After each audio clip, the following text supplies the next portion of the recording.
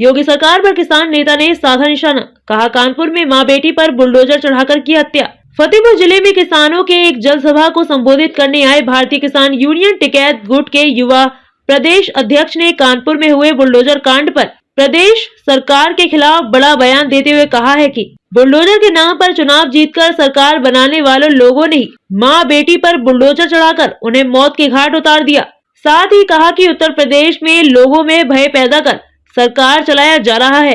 नहर कॉलोनी परिसर में पत्रकारों से बातचीत के दौरान भारतीय किसान यूनियन टिकैत गुट के युवा प्रदेश अध्यक्ष अनुज सिंह ने कानपुर में हुए मां बेटी की हुई मौत पर प्रदेश सरकार के खिलाफ बड़ा बयान देते हुए कहा कि प्रदेश सरकार की मंशा है कि लोगों में इतना भय पैदा कर दो कि लोग आपसे सवाल न कर सके। प्रदेश सरकार जो कहती है प्रशासन उसे अमली जामा पहनाता है। प्रदेश सरकार हिंदूवादी होने का दावा करती है और ग्राम समाज की जमीन खाली कराने गई टीम ने जेसीबी मशीन से सबसे पहले शिवलिंग को तोड़ा, फिर मंदिर को तोड़कर नष्ट कर दिया। यह किसी बात के हिंदू नेता हैं।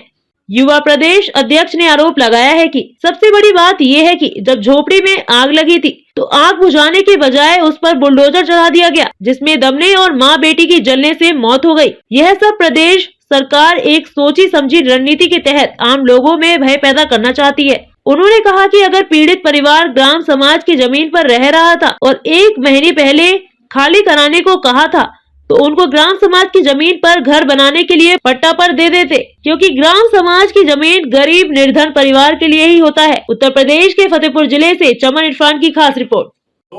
कि लोग आपसे सवाल न करें और उसको अधिकारी कंप्लाइंस कराते हैं। सरकार की मंशा को भी अधिकारी अपने तरीके से चलाते हैं, उसी का परिणाम है ये। 1 महीने पहले उसके घर को डिमोलिश कर दिया गया।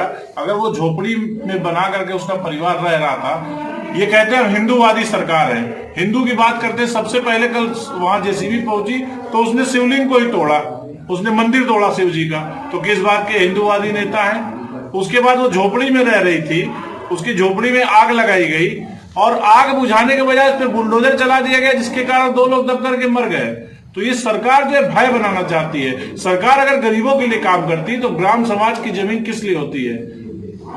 जब भी ग्राम समाज की जमीन इसीलिए होती है कि जो गांव के भूमिहीन लोग हैं, जो गरीब तबका है, उसको आवासीय पट्टा दिया जाए या उसको खेती का पट्टा दिया जाए और वो उस पर उसका अधिकार होता है। अगर वो उतनी जमीन पे रह रहा था तो उसको रेगुलाइज कर देना चाहिए था। लेकिन अब सरकार को तो जनता ने बुलडोजर के नाम पे वोट दे दिया, तो बुलडोजर से इस तरीके का भय का माहौल बनेगा। आप भी सुरक्षित नहीं है, हम भी सुरक्षित नहीं है। जो लोग सोच रहे हैं कि सिर्फ कानपुर की उस बेटी और उस परिवार के साथ ऐसा हुआ, कल हमारा आपका भी नंबर आएगा। इसलिए अब जरूरत है एकजुट होकर के इन बातों को उठाने का, इन मुद्दों के लिए लड़ने का, उनको इंसाफ दिलाने का। हमने कल देखा कि इस सूबे के उप मुख्यमंत्री वीडियो कॉन्फ्रेंस में कह रहे थे कि हमारा परिवार है। अगर आपका परिवार है तो 1 महीने पहले उनके मकान को ध्वस्त कर दिया गया, जाकर के कल शिवलिंग को तोड़ा गया, हैंडपंप को तोड़ा गया, सरकारी हैंडपंप था।